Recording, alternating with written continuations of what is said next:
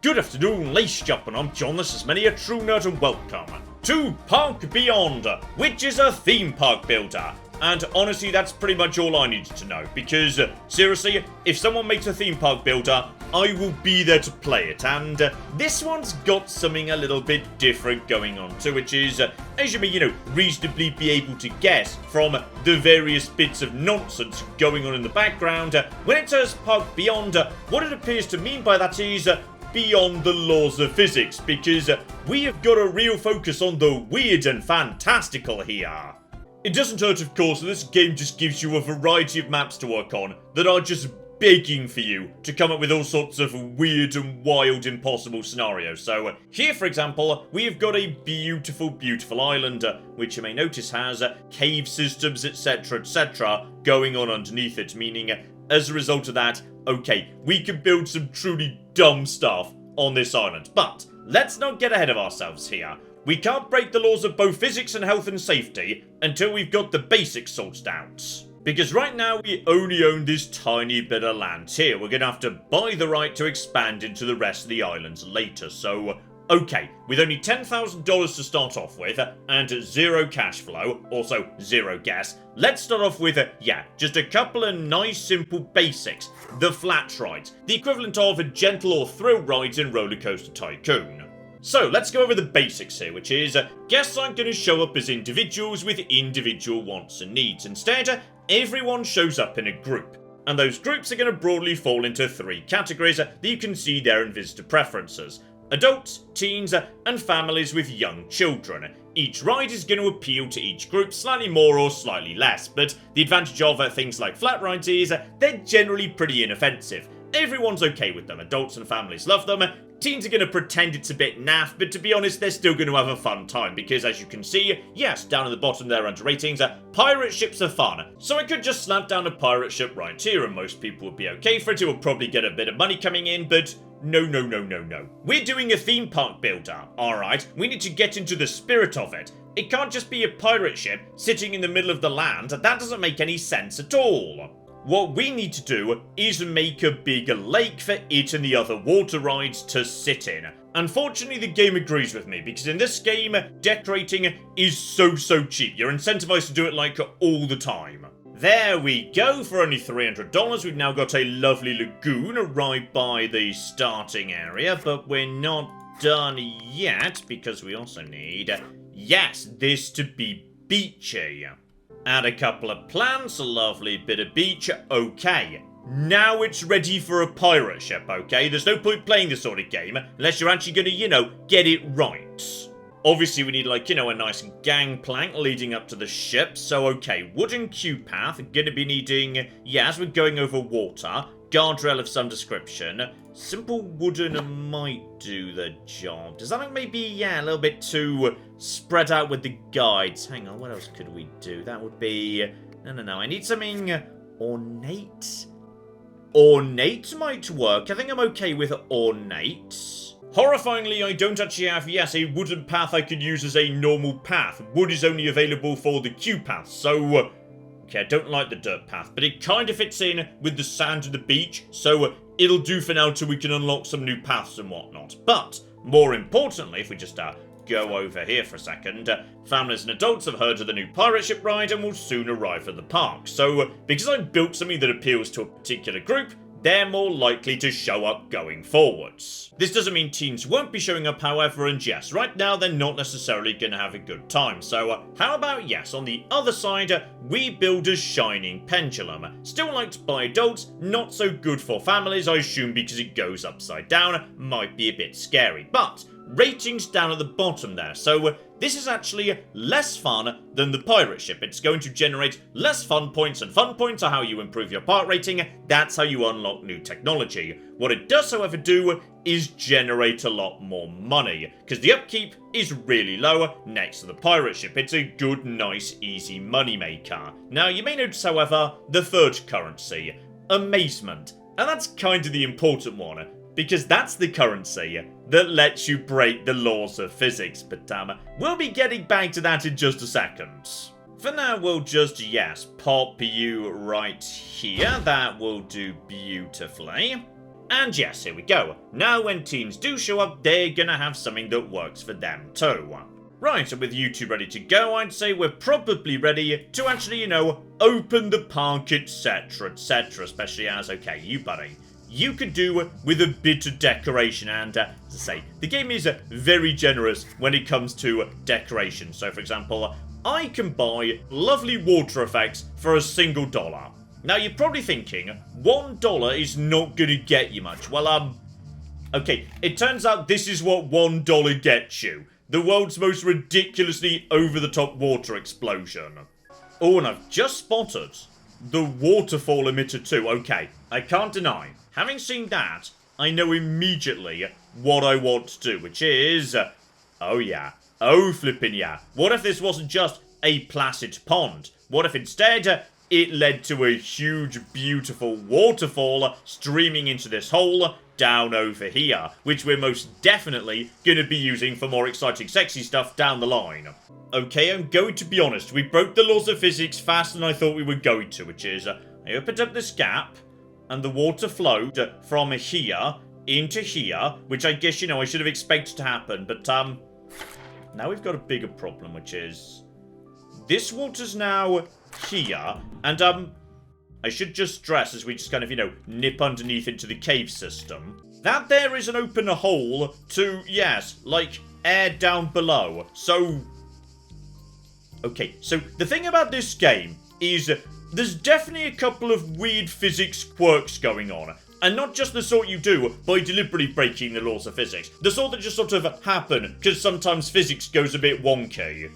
Okay, for the time being, yes, my nice small park seems to be doing its job pretty well. We've got people coming in, happy to see, pretty solid, all things considered, though, yes, eventually people are going to start getting a tiny bit hungry and thirsty. For the time being, though, we don't need, like, full-on shops or anything, given, we're not supporting that many people. Just a very simple little vending machine, that'll do the job. Okay, so we got some benches, bins down, etc, etc, but more importantly, thanks to all the fun that's being generated by this super awesome pirate ship, we've just gone up to level 2 in the parks, which means 1, more people could be in the park simultaneously, though, to be honest, we were nowhere near the first cap anyway, but 2, we now get to pick some new technology. And it's not just an individual ride, instead they're kind of, clustered into groups. So, if I desperately need to make more money, I could unlock a new suite of rides that are very much centered around making as much money as possible. Or alternatively, if I was trying to make something that would appeal to a particular group, I can just pick, stuff that works for that group. Okay, here we go. Profitability, we need to, get the park on a stable footing, and what sort of a park would it be if it didn't have a Ferris wheel? I don't care if the teens don't like it. The teens could just stay at home playing their video games or whatever. Alright, it's a theme park, it gets a Ferris wheel. And I have no idea what a bumper brawl is, but apparently the kids are gonna love it. Okay, I'm gonna be honest, I kinda want this to be, right in the center. So, like, the path has to go around it in either direction. Like, I want you to walk into this park and see the side-on view of the Ferris wheel in front of you, because that's just a really impressive, visual thing to get as you come in. Okay, make sure we're lined up perfectly with the path. That looks pretty good, I'd say. Oh, yeah. Oh, flippin' yeah. Just imagine you are walking into my park for the first time, and you see that ahead of you. Okay? Just, yes. Yes, yes, yes, yes, yes. This is why I love park builders. And I've even done what I can to have a lovely rainbow path that actually, kind of like tracks against the path that goes around the outside. So, it all fits together and, I love this. This is great. But okay, what we're really missing is, yes, something that generates amazement so we could get to that whole breaking the laws of physics thing. Like, intentionally, not just because the water physics bugged out. So how about we just slightly extend the lagoon and put in the very appropriate crazy Kraken rides. Yes, this thing does not generate money, because it really, does not carry very many passengers. Also, it's apparently not even that fun, but it is amazing to watch. And you may also notice, by the way, I've been very carefully, moving people down the park. So anyone who, enters the Ferris wheel, they come from this side, but they get dumped out the other, ready to start moving in this direction down towards the crazy Kraken. Also, I'd say yes, now might be a good time to, hire some staff. In particular, one a janitor, just in the case of, vomiting, as we've just started introducing these slightly bigger rides. One mechanic, just to make sure nothing breaks down, and, you may notice, by the way, that, yes, there are potentially paramedics to deal with visitors showing certain side effects from being exposed to physically impossible rides. As I say, eventually this park's gonna get a bit, weird. And because they get a bit tired, just hidden around the side so the guests don't have to see it, one a basic staff lounge they could go and have a sit down, and also, time pissed me moving on. Oh yeah, oh flippin' yeah, this is the point where my park looks even better. Alright, that's beautiful. That's lovely right there. But I feel like we could also use, like, some street lights or something. I have no idea if the guests like this or not. Honestly, I kinda don't care. This park is for me, not for them. Oh, and here we go. The apparently not fun and not profitable Kraken adventure has just begun doing its job. So, okay, the guests do indeed get extraordinarily wet, which is unfortunate because, it's night right now. They're probably going to be really bloody cold when this is over. But, oh yeah, all of a sudden, my amazement meter has started going up fast. There is, however, the problem that a lot of people are going home early because there are not enough interesting rides. Okay, that's why people are naffing off. In particular, critical needs, critical food need, also no more preferred rides. Okay, there simply aren't enough rides to keep people happy. And on top of that, some people are getting a tiny bit hungry, but it's really not that many. And yeah, we're slightly skewing the guests towards families, but we can't ignore teens, because even if we build a whole bunch of family rides, yeah, for the time being, there's still going to be a lot of other people around too. Okay, I've also noticed the Ferris Wheel was losing a ridiculous amount of money. And I think it was just because, yes, the slight way the paths fit together just meant that people couldn't make it to the entrance. So, I've fixed that now, so hopefully, yes, we're now not going to be losing money, like, constantly. Okay, we are, however, missing, one rather important piece of the puzzle right now, and that, of course, is roller coasters. So I would say, yeah, we've got enough space in this tiny bit of land we still own to build maybe one nice, cheap, simple mini roller coaster just for the kids.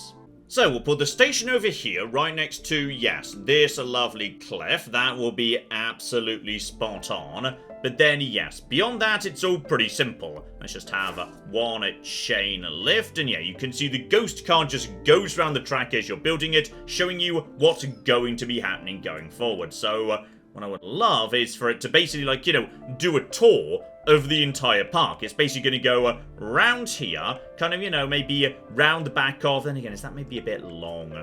Like, it only needs to be a very cheap coaster. Maybe just round here, round the Ferris wheel, then pretty much back to the station. If need be, it could do like 2 loops if it's a bit too short. So, alright, buddy.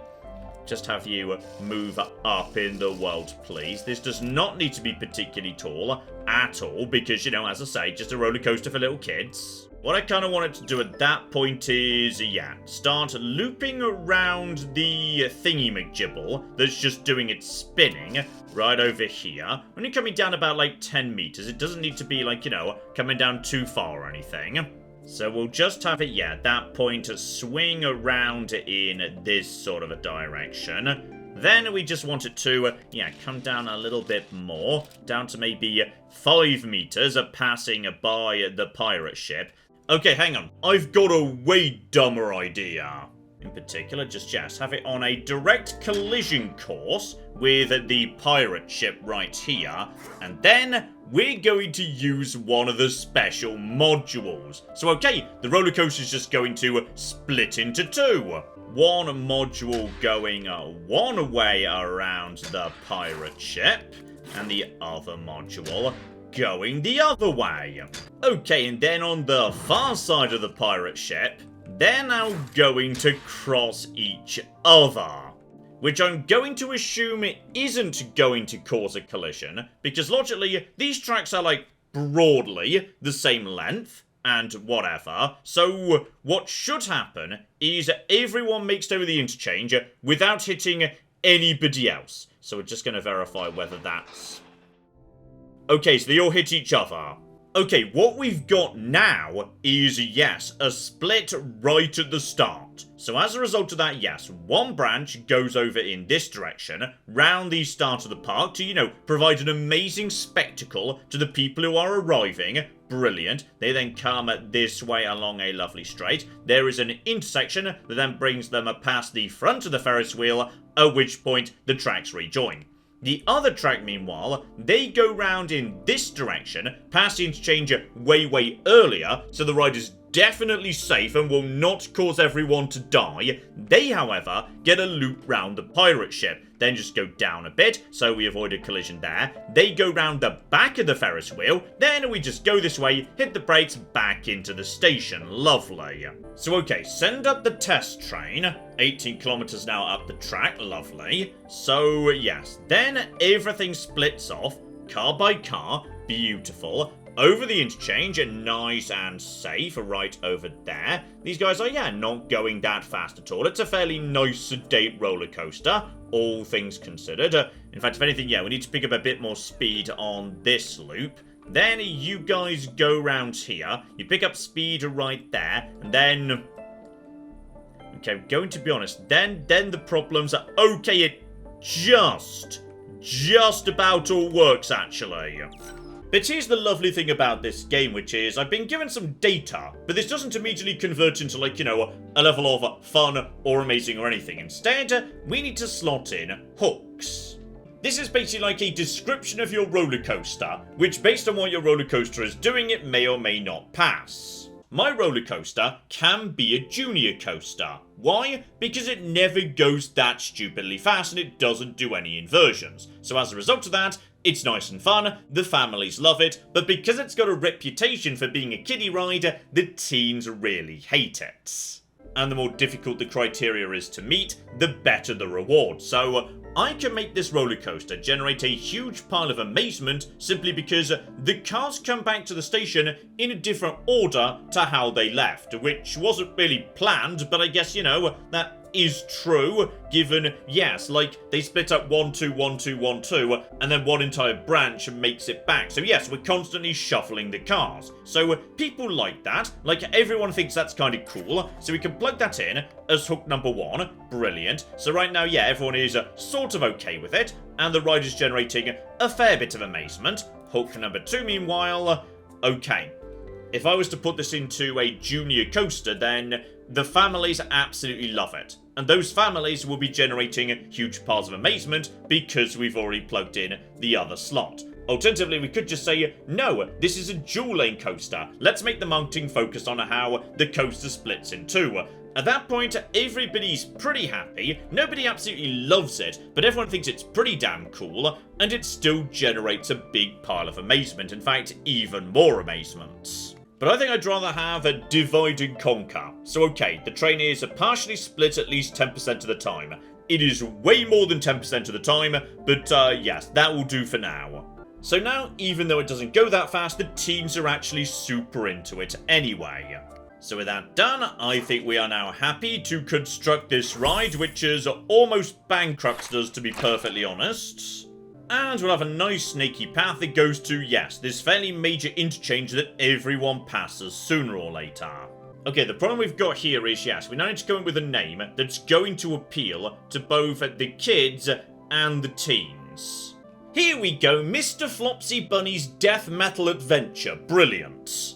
But I feel like, yes, we got away from the original brief of just make a really tiny coaster for the kids, because based on the hook system, it would be really easy to make a tiny cheap roller coaster that works for the children. Literally all we need to do is basically make it go up a tiny bit, just round a couple of very gentle bends, back in, and then we just call it a junior coaster and a straightforward coaster. So at that point, it's going to be fun, the kids are going to love it, and it's going to cost me basically nothing. Though we may need to take one small loan just to cover our, you know, day-to-day building expenses. So that's fine. Apparently, this has got a friendly interest rate. I do not know what that interest rate is. I'm not big on reading contracts. I just sign and they give me the money and I'm sure it's going to be fine. Here we go. Just 10 meters up in the air. This does not need to be like, you know, anything particularly scary at all. Then we just drop her down to 5 right over there. Just make her take, you know, a nice tight corner because, seriously, it's not traveling that fast. It's fine. So we'll just take the corner there. Bring her back down to, yes, a lovely, lovely 0.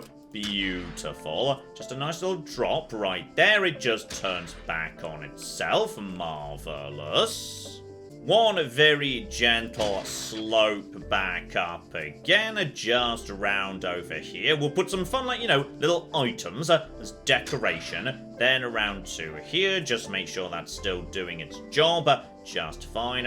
One final little turn down over to here, back to 0, and back into the station. That's it. That's going to be the entire roller coaster. It is never going to go that fast. It's just, you know, a tiny, fun thing for children. Alright, nice and 40 kilometers an hour. Just does a little loop round over here. If it's too pathetic, we can, of course, you know, make it do 2 loops. All I want it to be is a straightforward junior coaster. That's it. It is the least amazing thing in the world, but families love it. Alright, because it's good for the tiny kids. Brilliant. And we could put in some nice rocks, just as some decoration. Oh yeah, literally make it go through a stone arch right there for a bit of added drama. One tree that the track just goes around, because yeah, if we use trees to, like, you know, disguise the sight lines a bit, it won't be so obvious that it's, you know, very, very small and insignificant. You know, I was about to put some fireworks emitters, but honestly, it doesn't really feel like, you know, in the spirit of the thing. I feel like, if anything, yes, those ought to go somewhere around the bigger roller coaster. As, in fact, could... Ooh, that is true. We might have finally found... Okay, that's still huge. That's still ridiculously huge. But... I mean, if there was going to be one place to maybe put this nonsensical thing... It's right here, where it's going to, you know, splash some of the families, the riders, the people on the water rides, be a nice bit of scenery for, oh, you know what, yeah. Yeah, we're just gonna have that right there. Okay, meanwhile, thoughts at Mr. Flopsy's death metal adventure as people start piling into that. People think the fee is okay, but some people are bouncing at the top of the queue because it simply takes too long. Okay, it is, to be honest, yes, a very long ride. So there is a level of, yeah, queue time sensitivity in this game. But most people seem to be having a very good time. But I'm going to be honest, I'm actually more proud of this ride right here. Just because it's just so compact. I've managed to, yes, dress it really nicely. You know, just hiding all the curves, etc, etc. I think this is a great roller coaster. Okay, I'm going to be honest. The Ferris wheel is still completely failing to make, like... any money whatsoever. In fact, the Ferris wheel appears to be incredibly expensive for the fact no one's using the damn thing. But you know what? I think that's a-okay, because I think we can fix that, because, can't help but notice, due to the various incredible rides, I've now saved up 6 points of amazement. And that means we can start the process of impossification. So if I want to, I can basically turn my staff into superheroes. That's super cheap, only requires a 1 crayon point or whatever. Shops, meanwhile, that only needs 2. Now, my roller coasters, if I impossify them, that basically means it opens up a 3rd hook slot, with some more advanced bits and pieces going on in it. So you can see some of them just cycling through over on the left there, telling you whether or not you currently meet them. So you may need to edit your roller coaster just to make that happen. Though any roller coaster can take hyped up station, just making it more popular to everybody. But honestly, I think the more exciting bit is the flat rides. Because those guys, when you impossify them, they become just something else entirely. And honestly, I feel like the Ferris wheel, 1, needs a bit of help, and 2, is kind of the star of the show for me. Like, you know, I did set it up in such a way as when people arrive in town, they could just, you know, see it straight away.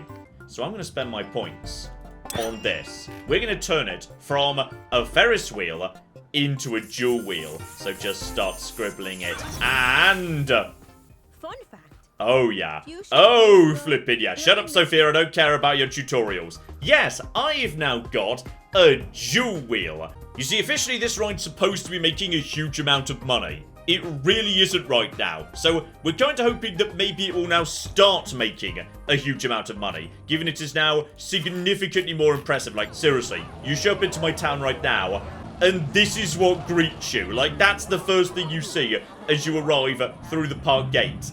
This gigantic monstrosity ahead of you. I love it. Okay, meanwhile over in the Vista Town, but yeah, at this point the people leaving because they just can't find enough rides they like, that's no longer so much of an issue. In fact, people have now started leaving because they're really bloody happy with life. The problem now is, okay, we're not fulfilling people's food and thirst needs sufficiently. But you know what? That's fine, because we've got a lovely area around here we could turn into a little food court. Here we go, right on this path where everyone goes by, one lovely candy apple store, together with one beautiful soft drink shop. Right next door, right there, beautiful. So you guys are both going to open, and if need be, yeah, we can tell them to relax a bit, cutting down on upkeep, given I doubt there's going to be... Okay, it turns out a lot of people were very hungry. There's immediately a flipping huge queue. So, okay, maybe just, yeah, pay the people to work a tiny bit faster. Then slap down a giant pile of benches in the immediate area. And then just, yeah, pop some bins, plenty of bins around the outside, just to make sure we catch any trash. That will be beautiful. Oh, blimey. Was that a fireworks display? Did this thing just explode? Oh, the maintenance is apparently really poor right now. Okay, so we may have some issues with staffing levels. How about one more mechanic so that things like don't explode? Because no one's really complaining about the park being really untidy at the moment, which would suggest we don't need, okay, more things are kind of exploding. And that one's, you know, one, full of water, and two, in the water. So we definitely shouldn't let that one explode. Okay, we're running into some slight financial issues here, which is, yes, one, we're making a huge loss. Two, even though we're charging... Hang on, how much are we charging right now? It's like a lot anyway. Yeah, $6 a ticket to ride Mr. Flopsy Bunny's Death Metal Adventure. Even so, last month we did not make a profit. We made a loss because... it's just so big and complicated, the running costs are ridiculous. Meanwhile, over in Mr. Flopsy Bunny's Gentle Woodland Stroll, okay, like, the running cost is way, way lower. That's definitely true. However, yes, like, people are not willing to pay much for the ticket because it's short and small and whatnot. So, I tried to go up to $3. People were not having it. We've had to go back down to about $1.50. And even then, people are just thinking the pricing is sort of okay. So, right. That's also not really making money right now. Okay, what is actually making money? This thing. This thing's making money. Well, okay, I think I know what we need to do in that case, because, oh, bloody hell, we're losing a lot of money every single flipping month. And, oh, staff! Bloody staff demanding to be paid every single month. And that loan I took out without reading the contract. That's a bit expensive as it turns out. I just realised we're not charging people money to come into the park. Oh, that's definitely a mistake. Right, I really should have changed this a long time ago. Right, well that's going to sort out the problems, presumably. Like, we've got 2 roller coasters. $15 to come inside. That has got to be a good deal, right? Okay, literally everyone thinks that's too much. How about $10, you fussy plebs? Okay, it's very high, and they're also complaining that the rides they wanted are either closed or not reachable. Okay, hang on, what's closed at the moment? Have we still got... Oh, is this still broken? I think this may have broken down at one point. No, it's reopened at this point. Good. I cannot afford more cooking mechanics. Okay, if you come inside the park... At that point, I will buy more mechanics, okay? Okay, $7.50. Meet me halfway here, you fussy plebs. No one needs to pay that much, only rides we like. I mean, I suppose we are actually charging them like in the park too. Okay, $5. And only rides we like. Okay, that's still apparently very high. Quite okay for the rides they have. That was a family thinking that. Yeah, the families like it. Okay, so, oh... Oh, that's interesting. This means, by setting the price in such a way as yes, is worth it to people who do have good rides, but not to people who don't, we're going to skew the demographic makeup of the park. Like, basically, the families are willing to pay for this, but the teens can't be bothered, so, you know what, screw it, we don't need teenagers, we'll just make do with families. And Crazy Kraken is apparently making money, and this thing definitely has too. You know what? Let's just very quickly make this thing. I'm going to be honest, next to the change we underwent with the Ferris Wheel, it doesn't look very different. Like, I guess we've kind of, like, plugged a handful of... Oh, blimey, okay, never mind. You know what, that's definitely breaking the laws of physics. There we go, now that's a solid physics break. Okay, I've just had an idea, which is basically the reason the park is losing money is because of this ridiculous, stupid, giant Ferris wheel thing. And the reason for that is because its maintenance costs and expenses, they are ridiculous. They are just absolutely stupid and we can never keep up with them.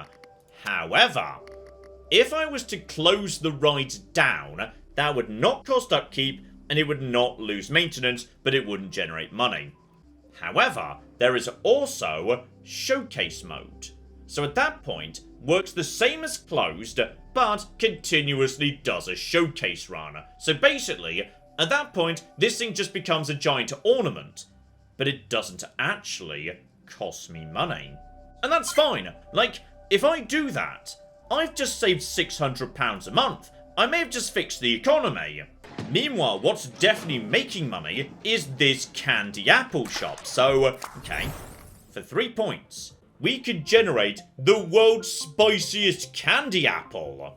Here we go, one new gigantic candy apple robot that also generates, yes, an extremely rare and important candy apple product here inside this lovely thing, costing $6. No.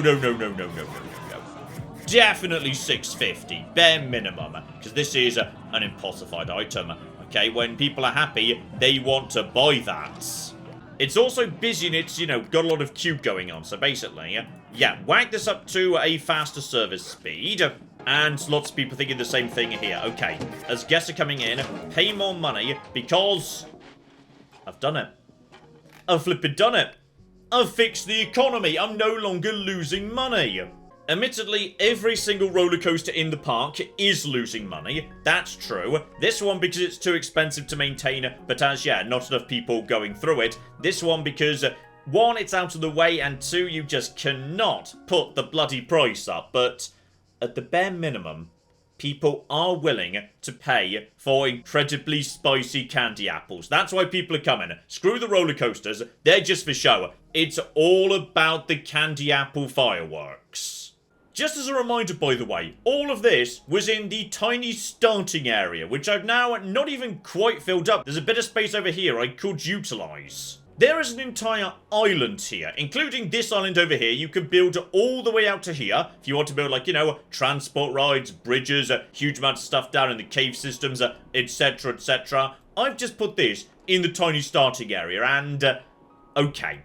I'm going into this biased, because I love any and all theme park builders, and next to some of them, this one definitely has some problems.